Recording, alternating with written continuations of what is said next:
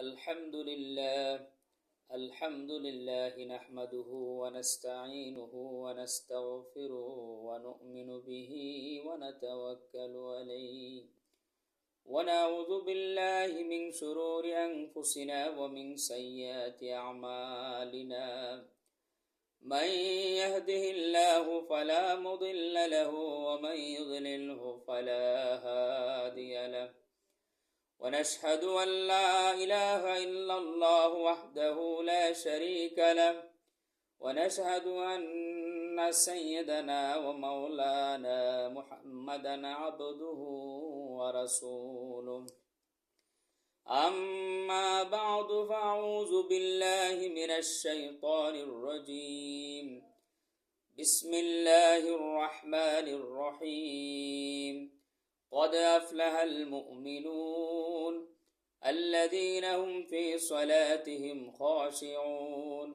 والذين هم عن اللغو معرضون والذين هم للزكاة فاعلون والذين هم لفروجهم حافظون إلى آخر الآية.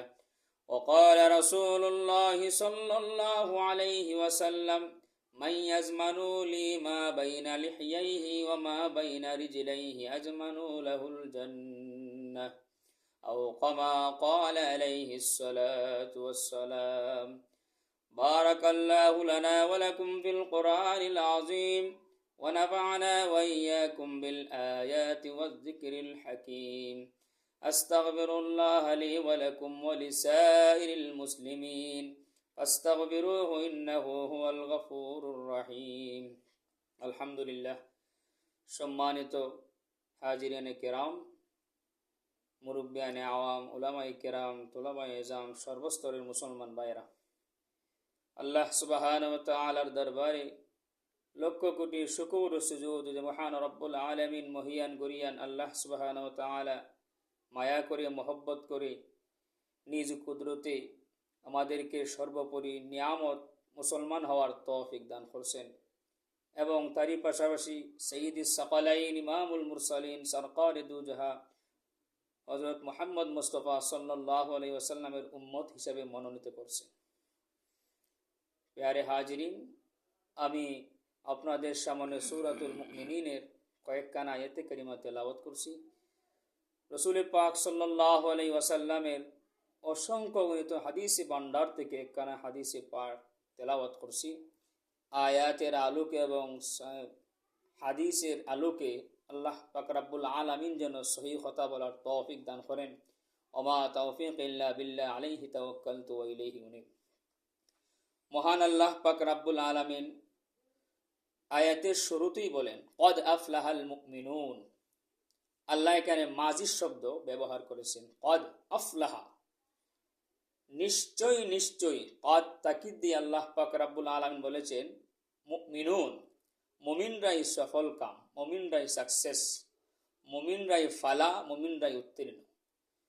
কুরআনুল কারীমের মধ্যে আল্লাহ পাক রব্বুল আলামিন মুমিন সম্পর্কে, মুনাফিক সম্পর্কে, কাফের সম্পর্কে সূরা সমূহ নাজিল করলেন।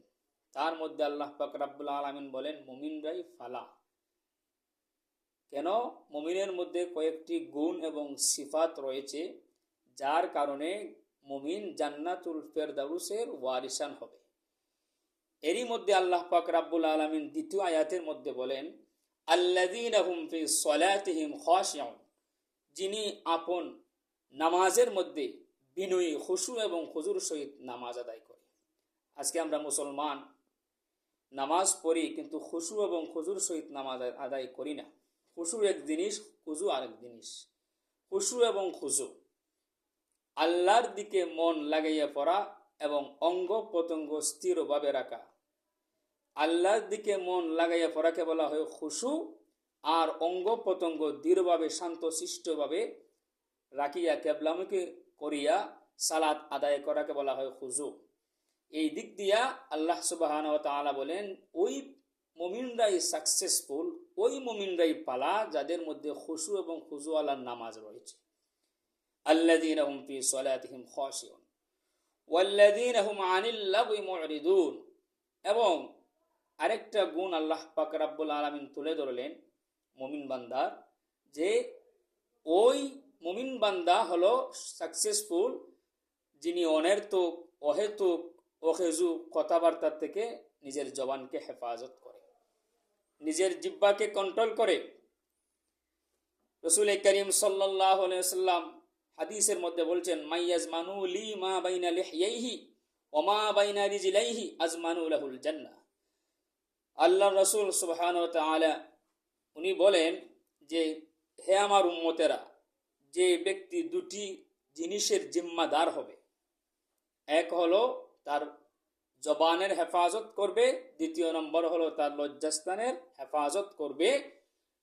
আজমানুলি মা বাইনা লিহইয়াইহি ওয়া মা বাইনা রিজলাইহি আজমানু লাহুল জান্নাহ, আমি ওই ব্যক্তির জন্য জান্নাত লিয়ে যাওয়ার জিম্মাদার হয়ে গেলাম। তাহলে আমাদের উচিত মুমিন বান্দা হিসাবে, মুসলমান হিসাবে দুইটা জিনিসের হেফাজত করা। একটা হলো নিজের জিহ্বাকে কন্ট্রোল করা, অহেতুক অনর্থক কথাবার্তা থেকে জবানকে হেফাজত করা, সর্ব অবস্থায় জিকিরে হালতে থাকা, আল্লাহর ধ্যানমগ্ন অবস্থায় থাকা, আর নিজের লজ্জাস্থানকে হেফাজত করা। পরবর্তী আয়াতে আল্লাহ বলেন, ওয়াল্লাযীনা হুম আনিল লাগwi মু'রিদুন ওয়াল্লাযীনা হুম লিয-যাকাতি ফাইলুন, এবং যারা তার যাকাত, যার উপর ফরজ হয় যাকাত, পরিপূর্ণভাবে সে আদায় করে।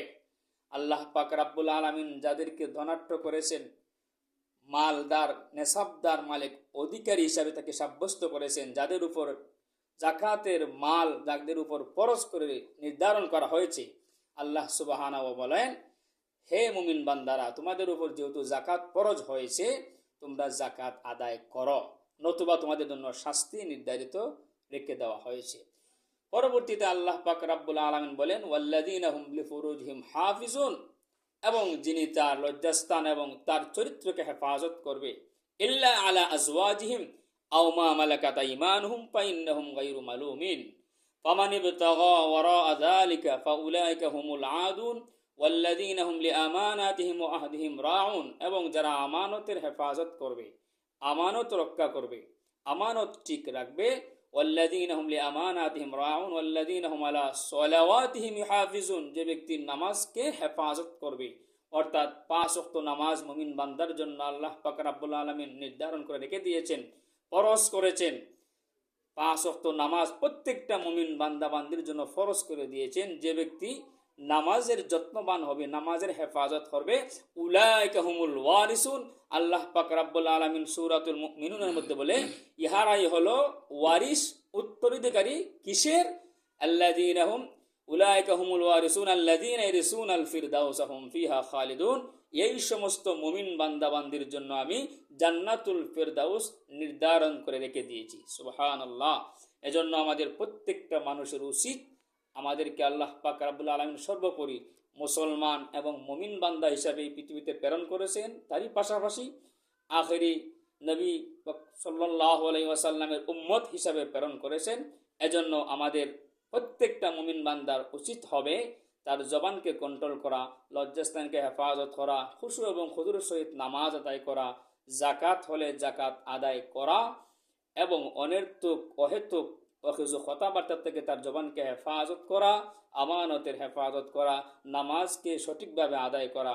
আল্লাহ সুবহানাহু ওয়া তাআলা প্রত্যেকটা মুমিন বান্দা বান্দিকে যথা নিয়মে সঠিকভাবে এই মুমিনের যে গুণগুলা আল্লাহ পাক রব্বুল আলামিন তুলে ধরেছেন, সেই গুণগুলার অধিকারী হয়ে জান্নাতবাসী হওয়ার তৌফিক দান করেন। আমরা সবাই বলি আমিন। ওয়া আখির দাওয়ানা আলহামদুলিল্লাহি রাব্বিল আলামিন। আসসালামু আলাইকুম ওয়া